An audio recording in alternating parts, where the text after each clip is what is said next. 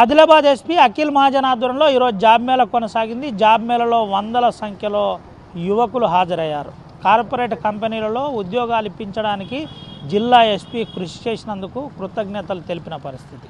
ఇటు కొమరంభీం ఆసిఫాబాద్ జిల్లాలో జిల్లా కలెక్టర్ హరిత పలు హాస్టళ్లు విజిట్ చేశారు. నాణ్యమైన భోజనం పెట్టకపోతే కఠినంగా ఉంటుందని హెచ్చరించారు. దీంతోపాటు పిఎస్సి కౌటాల విజిట్ చేసిన పరిస్థితి. ఆ ప్రాంతంలో ఎవరైతే విధుల పట్ల నిర్లక్ష్యం వహిస్తున్నారో వారికి సోకాదుల నోటీస్ ఇచ్చి అక్కడి కంప్యూటర్ ఆపరేటర్ను తొలగించినట్టు చెప్పారు. ఇటు మంచిర్యాల జిల్లాలో మంచిర్యాల బీఆర్ఎస్ పార్టీ అధ్యక్షుడు బాల్క సుమన్ చెన్నూరు మున్సిపల్ కోర్టుకు హాజరయ్యారు. కోర్టులో హాజరవుతూ న్యాయం గెలవాలని నేను అనుకుంటున్నాను, న్యాయం గెలిచింది కాబట్టే నాకు బెయిల్ వచ్చింది.